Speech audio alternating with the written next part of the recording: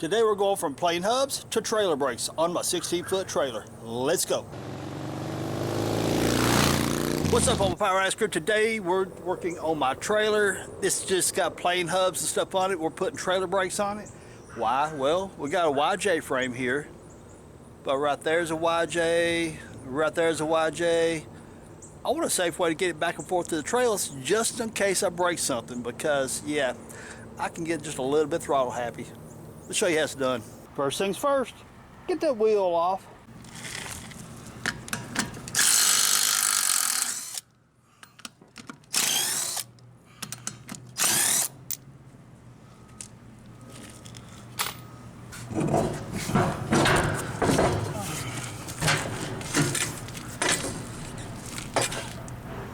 Stay, good boy.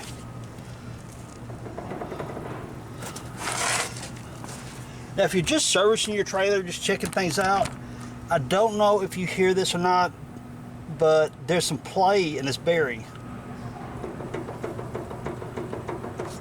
Get a little closer just in case. Get you on up here. I know you're not going to see it because it's too minute for the camera to pick up, but listen real close. It's loose. That means it needs to be tightened up, but we're replacing it, so it don't really matter. Take that dust cap, take your hammer. I'm pecking it like this. Turn it.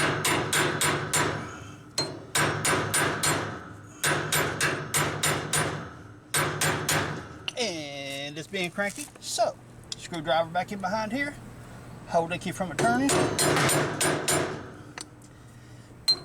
There she goes.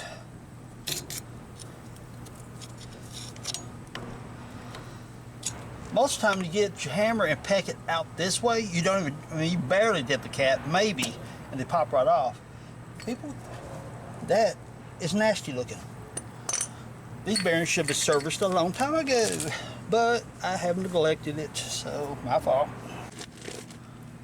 Take your cotter key out. Sometimes they're bent over the castle nut that way, sometimes they're looped over the end of the axle. They're just all kinds of different directions, so I don't know what to tell you. Look at how yours is bent and unbend it.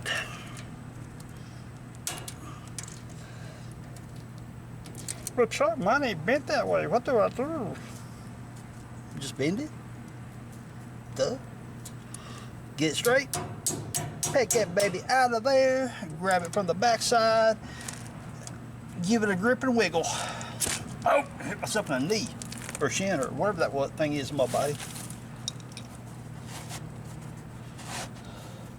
Good old shop towels. You gotta have them. And just ahead of time, I'm going ahead and cleaning up my cotter key because this is in really good shape, so I'm gonna go ahead and reuse it. Now, if you get it off, now if you're pulling your cotter key out and it starts cracking or fracturing right there, replace it. Most people replace them anyway, but guess what I'm not doing. So we'll get the goo cleaned off of it. But if they break coming out, I definitely replace them. But yeah, you need to hang on to that because the kit for the trailer brakes does not come with this. Does not come with a castle nut, nor does it come with the washer behind that. So, look at that. Oh my gosh.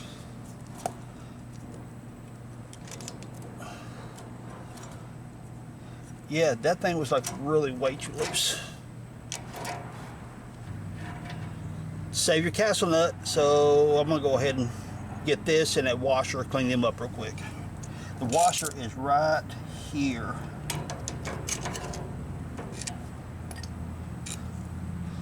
Pull your hub out a little bit, bump it back, you should be able to grab hold of it. Right there's your washer. Get them all cleaned up, because you're gonna need them. So clean up this castle nut, look at the color of that grease. Instead of it being, I mean, like, I don't know, green or red or whatever color, see this grease I'm using today is kind of red. Most of it's black, whatever, just different color grease stuff. But look, it's more of a crud brown. More than likely, that seal on the back side of the hub has been leaking, so taking on water. This trailer's never been underwater, but rain, so.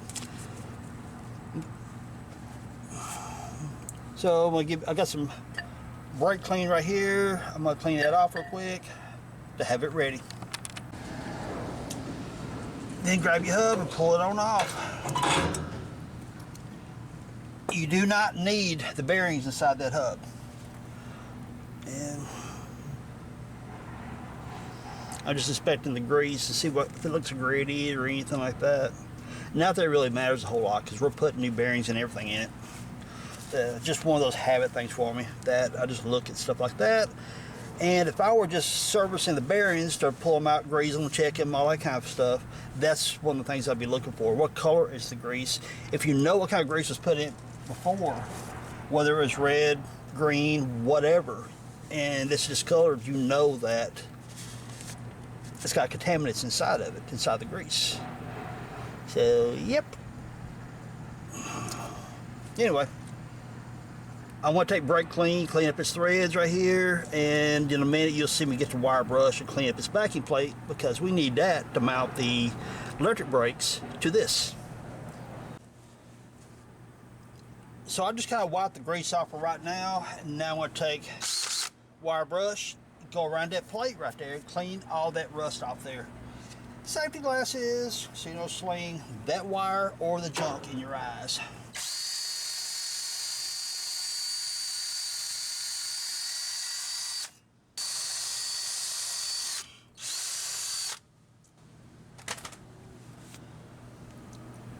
Now, if it makes you feel warm and fuzzy, you can put some paint on that.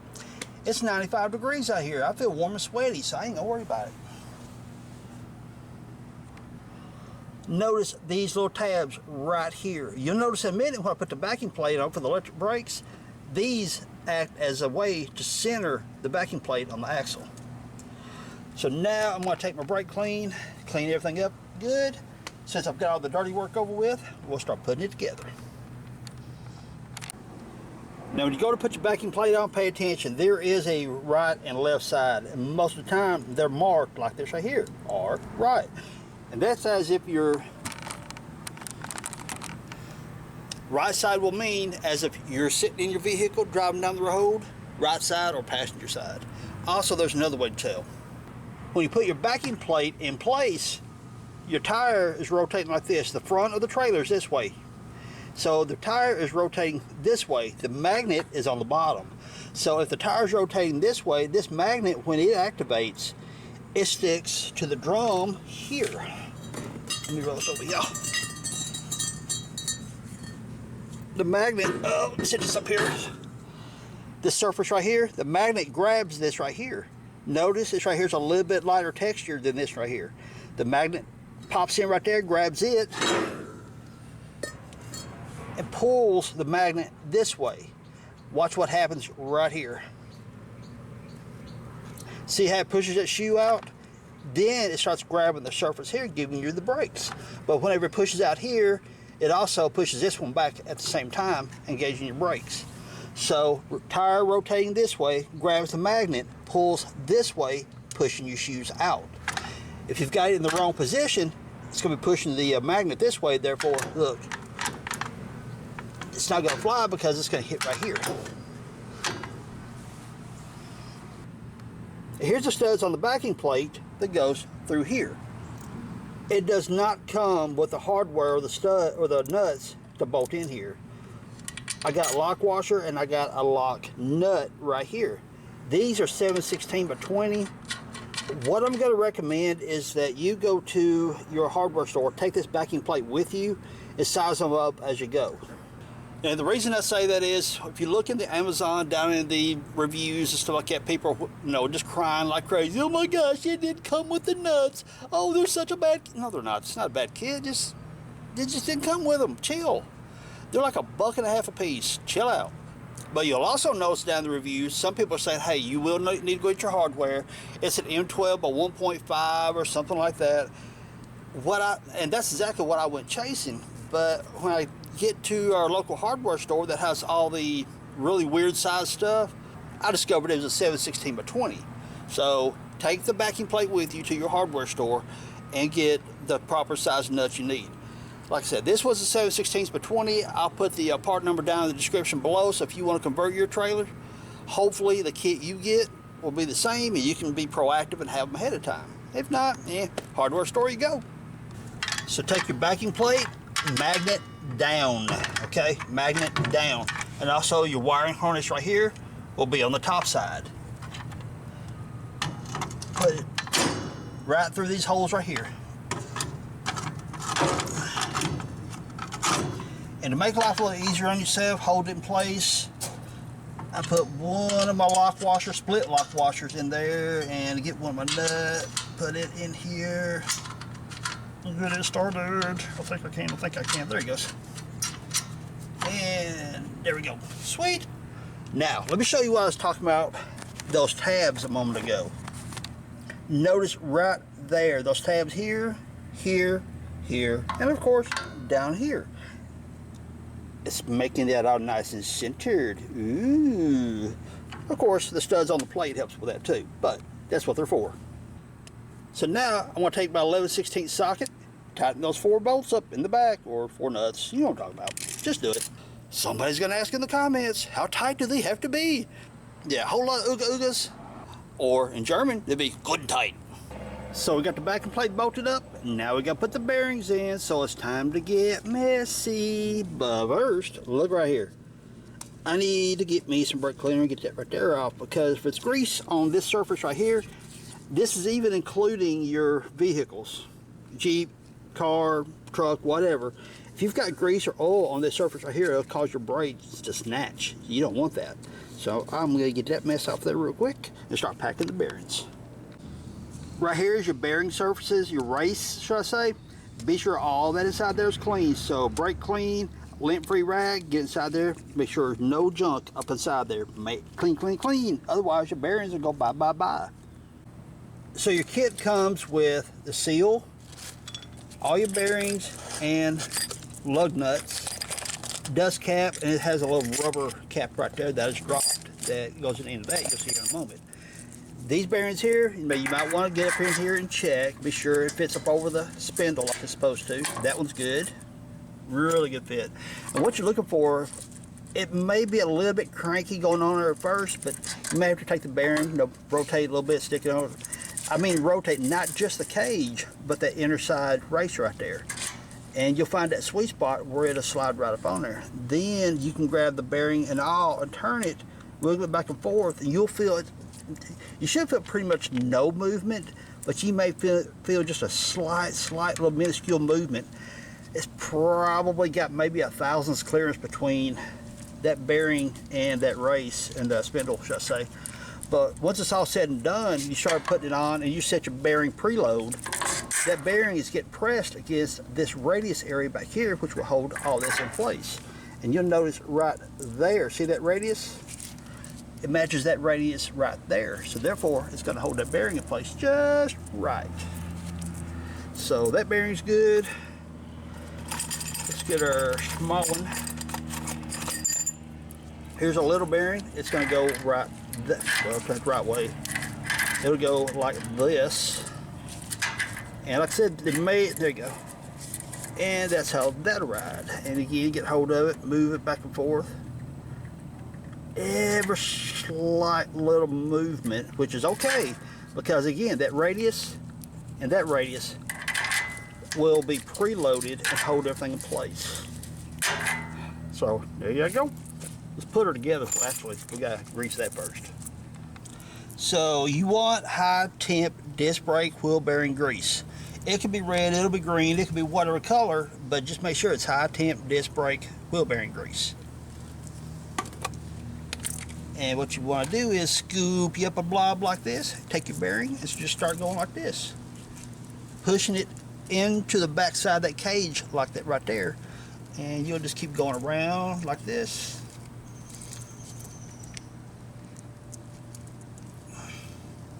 And pack it like that right there. Turn it a little bit.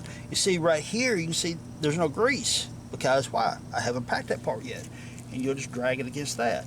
And you'll notice as you go more and more, the grease will start pushing into the bearing until it starts coming out the front side.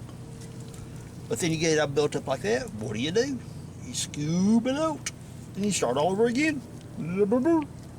So I'm not going to bore you guys to death by watching me pack this bearing, and I'll be back in a minute. Don't know what to do with the camera because now I got grease all over my hands and I got to touch my camera, and I don't like doing that. That's why I buy old cameras. Yep. I've got some voids right there. I'm not packing from the front side here. I'm just doing it right here, pushing it through the bearing. If you go from right here, you won't see that you've got it here. And you may have an air bubble inside the bearing cage. Whoops, I should have done that, but anyway. Push it through, but what you'll see now is squeezing up out of there. Watch real close. I'm going to clean that bearing cage off. Watch it push.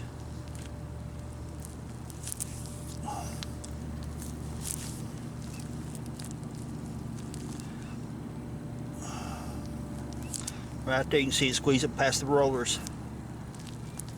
That's how I know I've got all the air out of the bearing rollers, and keep going around the bearing until you've got it all done. Some people would do their bearings like this, which I started out that way, but it's just more comfortable for me, especially having to deal with a camera, that I'm holding it like this and pushing the grease through like that. Because being a YouTuber, I gotta make sure you guys can see what the heck I'm doing. You guys have no idea how much dealing with this camera adds to these projects. First time.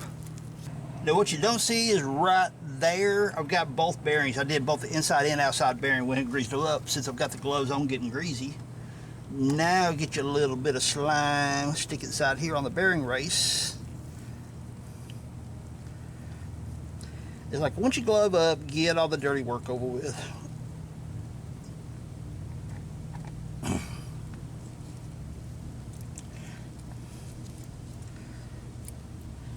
Like I said, I've already taken brake clean. Get out down inside the bearing race, make sure it's all clean. Don't pack the whole cavity down inside here. I'm just getting it on that race really good and getting a little bit just on the other side of the race. This is where your seal is going to press in, so there's really not much need of a bunch of grease being there. There's that. Now we're going to take the bearing here, set it in there like that. And go ahead and take your pinky and wipe off the excess snot there. And now I'm still greasy, and I got to grab hold of my bearing driver or seal driver or whatever that contraption is. Seal driver. And where's my seal? There's my seal. Make sure that lip here is clean. Taking my rag and wiping it, make sure it's good and clean. Take you a little bit of the grease snot here and just put along through there, because you don't want to run that seal dry, because it could possibly tear it. You don't want a lot, just enough to make it slide easily. And make sure you're not all cattywampus like that or whatever. Just make sure it's in there nice, centered.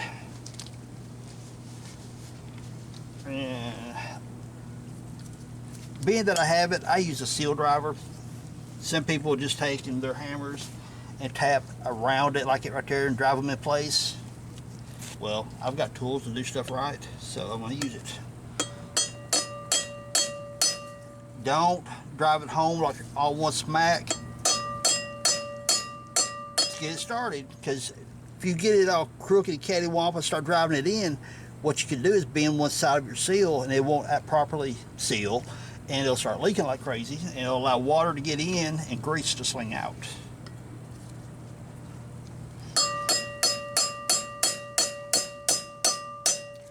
And I'll put a link down below to these fancy tools like this. They make your life so much easier, they really do, and they're not expensive. I've used these things on differentials, obviously these seals, all kinds of different things. And you just want that seal pretty much flush with that lip right there. A little bit more. And make sure you're as straight as possible. Looks like I'm a little low right there. than this side higher. So what I'm going to do is, seal driver sitting flat, and I need to angle it just a little bit, picking up this side a little bit. So I'm going to tap it. It should level it out by tapping this side down a little bit. Just like that. Take some more snot, put up inside here.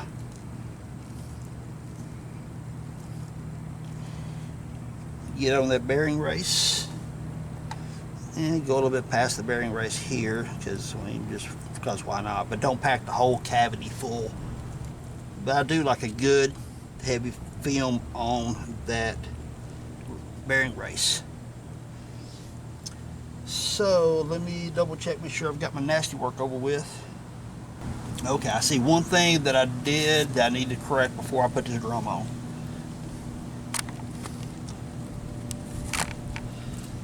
Right there. I got grease on that whenever I was putting on the spindle. We can't have that. And that rag right there is saturated with grease. So wipe that off some. And get us a clean one.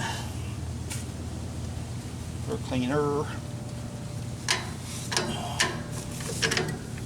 You don't want grease on that thing right there, because again, with grease, just like being on the brake surface, that could be snatching on the inside of that drum. So I've got my hands halfway clean.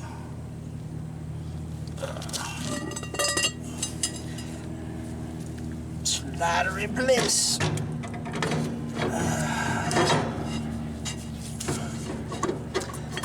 There it goes. There for a brief moment, it's like, it won't go, it won't go. It's because that inside bearing hadn't found this sweet spot to where it slid perfectly onto that spindle.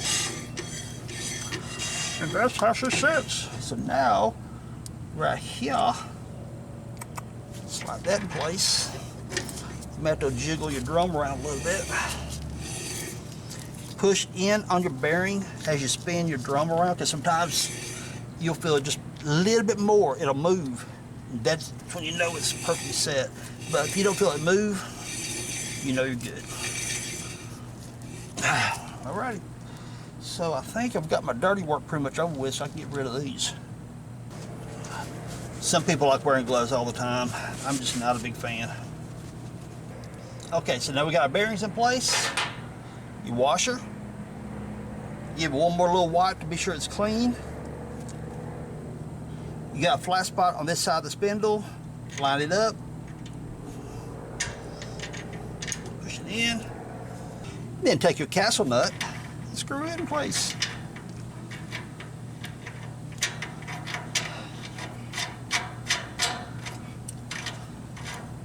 Now the next step is a controversial one. Okay, the next step is a bit on the controversial side. People have lots of different ways of doing this. It's all about the bearing preload. There, if you look it up on the internet, some people say 20 foot-pounds to torque this castle nut down. Me being kind of old school, and it's always worked for me. That's including trailers or even the front spindles on vehicles and stuff. I'll spin that rotor or this drum in this case until I feel resistance as I'm tightening up the castle nut. And once I feel that resistance and I feel the drum is not spinning as free as it was, then at that point I may start backing it up till my cotter key lines up. Or if I back it up and my cotter key lines up, now the drum feels loose, I'll go ahead and preload it just to the, tightening it to the next spot on the castle nut. Now with your bearing preload, there's the question whether you need to go tight or you go loose. Because sometimes if you back it up enough to line up your cotter key, now your bearing's loose. Tightening up till your cotter key lines up, and now you're feeling a little bit tight. My school thought is, and it's so far I haven't wasted a bearing yet, is I'd rather be a smidge tight than loose, because loose is going to allow that drum to move back and forth, or hub, or whatever it is you're putting on. It's going to beat on that bearing, and then even that, your bearing is sitting at an angle, so is your races. So if you've got that clearance to where the drum moves because it's just a smidge too loose, the bearing isn't sitting flat on the race that way. So if you have to go to the error of a little bit snug to be sure that cotter key lines up, I would rather go that route than going too loose and not, your bearing's not lined up properly. What you hear rubbing is the brake shoes inside here. So now I'm gonna take my little channel locks, I'm gonna snug it a little bit. Right there, my cotter key lines up right here. That feels good. I've got no movement. Let's snug it to the next one, see what it feels like. Okay, I can tell you already that's not gonna fly.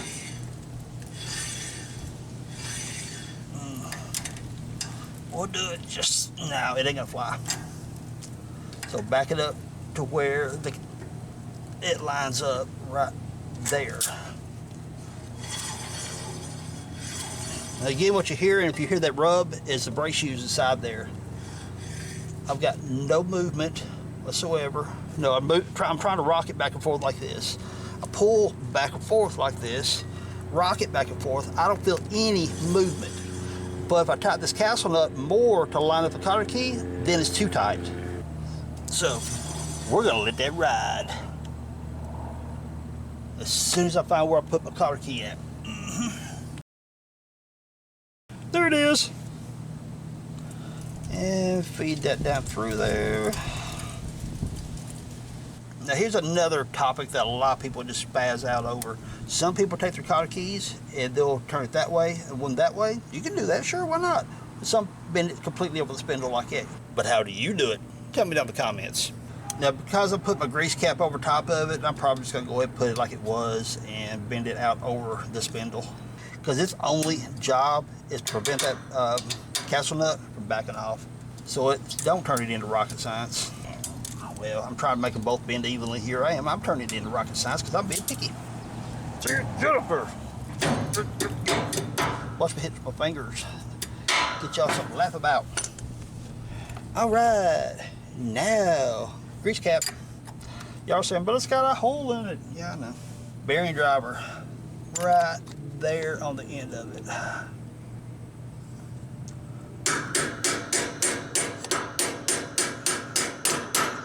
So now you take this little rubber cap, let that groove right there hook into the bottom, push, and just walk it around. Ta-da! Bearings are done. Next step, we gotta adjust those brake shoes to the drum. So now it's time to adjust the brakes. First things first, check out the wheel. Now I've got this thing right here as a jack stand. It's picking up on camera, yeah. So I've got the axle up on jack stand so I can have this wheel free floating. Notice how easy it spins. Nice, easy, free spin. I mean, I'm just taking my finger, putting on it, and just barely pushing it. That means the brake is not dragging inside here, the brake shoes. So what you want to do is get you a flat screwdriver. Oh, somebody's gonna hit the comments. No, you got to have that special tool to do it. No, you don't. You can use a screwdriver. Up inside here, there is a little star wheel. Not Star-Lord from Galaxy, but you know what I'm saying. Get your screwdriver, get up inside there and hook on that star wheel, and what you gotta do is get your handle here and push downward, which turns the star upward, therefore spreading out the shoes, because you want just a little bit of drag on that drum. Yeah, you're working in to see it. Every now and then as you turn that star wheel, you'll hear ding, ding. There's a spring inside there that's actually expanding. Still a little more. Now that star wheel, at first you pull it on like, it ain't moving, all of a sudden it'll turn loose and you'll get a little jerk out of it. There is a little hook on it that causes a little bit of resistance. See, we're still free spinning. Need a little bit more. Keep tightening.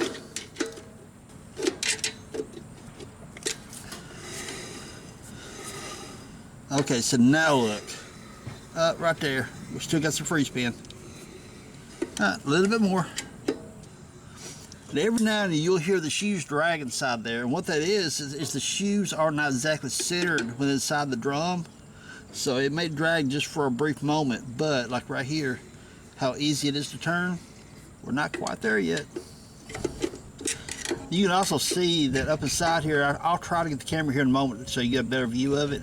The star wheel right here, you can see the threads on this side over here. As you screwing it, more threads are being exposed, therefore pushing it out wider to adjust the brakes. We're just about there.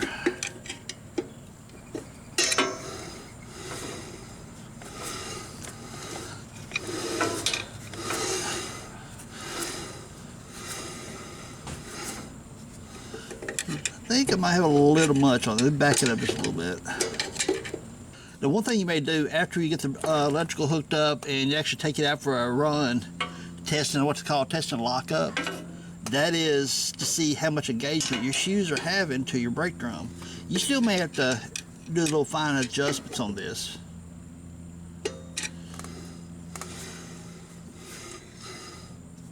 Okay, right there. I'm just going to leave it right there because we got some resistance going on. And I'm going to go ahead and now hook up that electrical. I don't know if that's showing in the camera right now or not. Nope, it's way above the camera. It's above the spring. Right there's the wire. But anyway, so now we'll hook up electrical and we'll test lockup, and that should center the shoes inside the drum, and we'll check it again.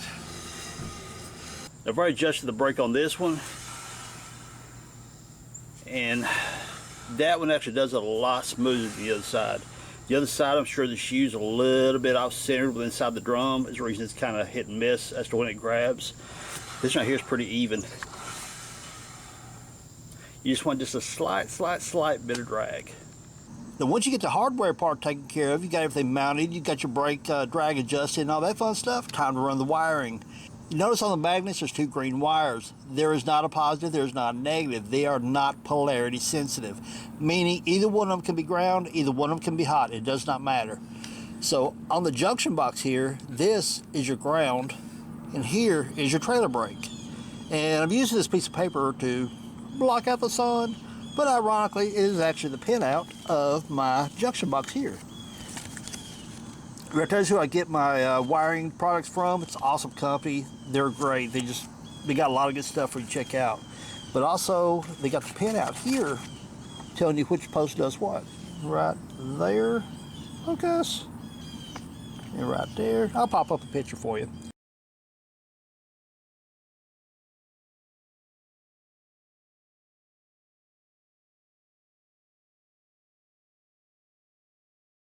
And I'll drop a link down below where you guys can pick up one of these 7-pin trailer harnesses. They work really well, great quality wiring. I mean, they're just awesome, they really are. And like I said, here's your ground, so don't let it confuse you because we got a black wire going right here, that's gonna be your ground. It's not, it's gonna be the white wire right here.